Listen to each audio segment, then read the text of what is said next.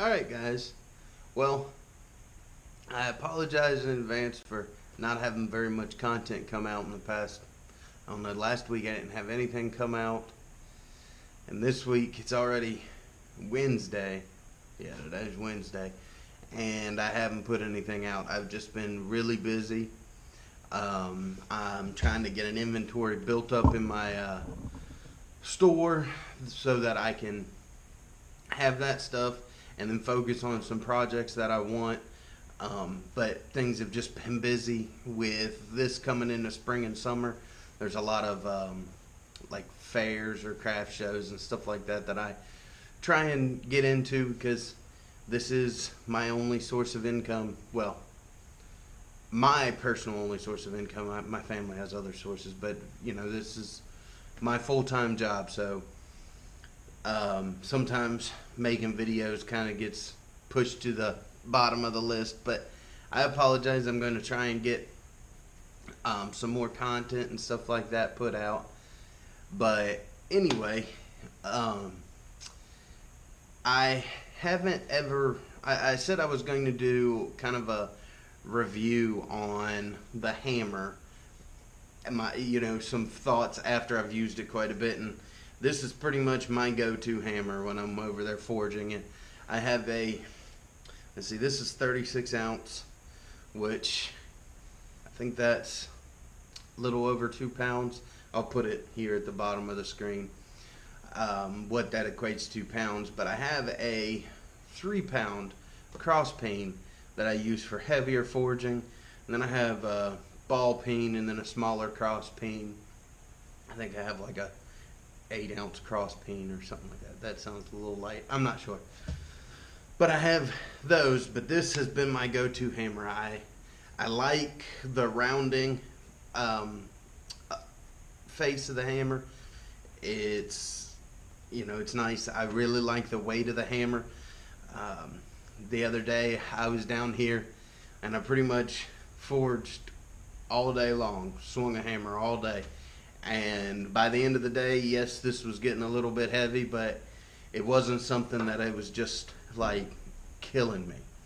I've talked to a couple other guys and they said when they do heavy forging, they start out with a 4-pound hammer, and then by the end of the day they're down to a little ball peen because it really wears on you. But this one, for the light small projects, I've been doing a lot of S hooks, a lot of J hooks, the flag holders the yard flag holders I put in the other video. I've done quite a bit of those, and I've got some knife orders that have come in. Actually, these little Karadeshis that you seen me forge in the one video, I had an order for 5 of these come in, so I've been working on that. But anyway, back to the hammer. This is a great starting hammer. Like I said, I think I paid like 30-40 bucks tops for it on Amazon, and again, I'll put that link in there. One thing you will have to do, and this is no way really around it, is dressing the hammer faces. I did it when I first got the hammer, and I put the video out there, but for whatever reason this particular hammer had like a clear coat over them. So one, you want that off completely. But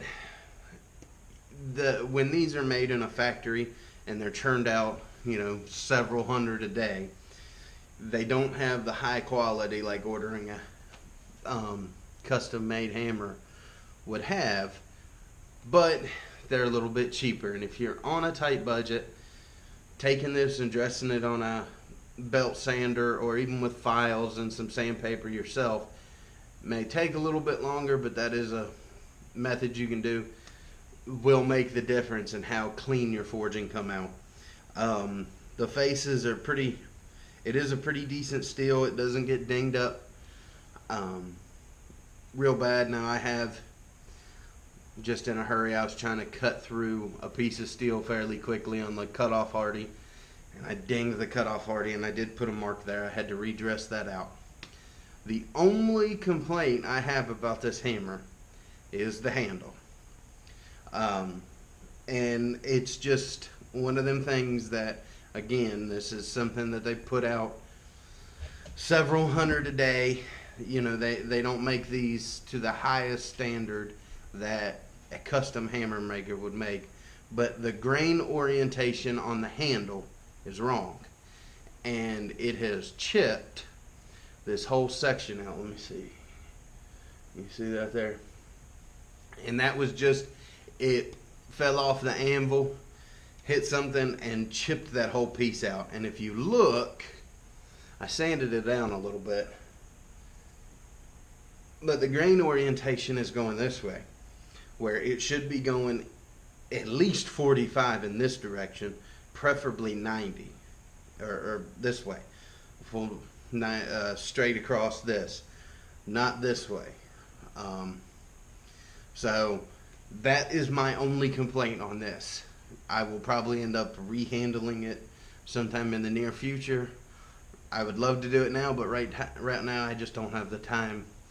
It's still functional. It just doesn't hold up to as much abuse as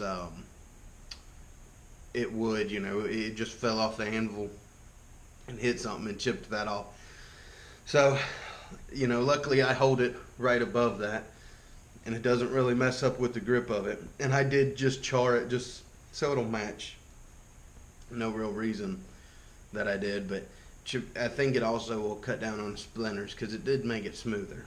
But I really enjoy this hammer. If you're on a budget, you don't mind dressing the faces, and maybe a few years down the road replacing the handle on it, or a year down the road, I guess it really just depends on what your handle comes as. But if you don't mind dressing the faces, which really isn't that big of a deal, this is a great startup hammer. You know, I am planning on getting a custom made hammer, if not making my own. I'm working on getting some pieces of axle so that I can play around and see if I can't get my own made. And if I do, I'll send one to somebody that knows a lot, and get them to kind of put it through its paces, make sure it's good, you know, get their feedback on it and everything, because I like feedback. But anyway, just a little quick short video on, you know, my thoughts on this hammer. Like I said, great startup hammer. You know, this hammer will last forever. Handle probably won't, but the hammer itself, the hammerhead, is just great. You know, if you have to slap another handle in it, I think you can buy pre-made hammer handles for like $5. I'll probably end up making my own just because I have the wood already, and I just like trying to do stuff by myself. But that's my thoughts on this. I have one other announcement, and it's kind of something I've been wanting to do for a while, and I just haven't went after it, attacked it. I've kind of shied away from it because I feel like my skill level may not be the greatest, but there's always time to improve. But I went and finally did it the other day.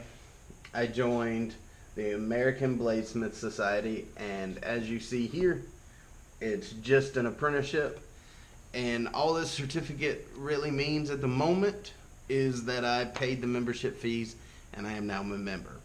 I didn't have to qualify for anything to get this besides paying, but on down the road, and I think it's 3 years that you have to be a member, then they take and judge your work on the quality.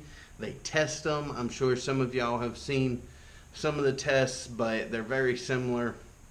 They're somewhat similar to what they do on that show, Forged in Fire, but pretty much cut test it, check your edge retention, and then the big one's the bend test, where they vise your blade in and they bend it 90 degrees, and it can't break, but only like a third of it or something. It can't completely break, it has to bend. But So that's that. So in about 3 years, when my skill level is far better than what it is now, I will be invited to bring some of my knives for testing and judging. And then at that point, I can either I will either have to wait until my quality is better, or I will be passed on to what's called the journeyman. Um, and then after that, you go on to be the master class, but that's way down the road. Right now, we're focusing on getting my forging of the blades and everything down to the point where I feel comfortable handing over a blade to be tested to become a journeyman. But like I said, guys, that's a long ways off. I've been wanting to do this for a while, but up until probably about 6 months ago, I mainly did stock removal on my knives. I didn't do a whole lot of forging because I was forging out of the back of a pickup truck. Before I had my shop here, before we moved into this house, I literally had a camper top with the two doors that open on the back of my truck. My forge was set up there. I had to pull my anvil out every time on the stump, and I forged in the parking lot of our apartment. But when you catch the bug of forging, you kind of want to forge no matter what. So it was very difficult for me to do that. One, because apartment complex frowned upon it, and two, it was just a big hassle if it was raining or something like that. Now that I've got my setup to where I'm good to go, I can forge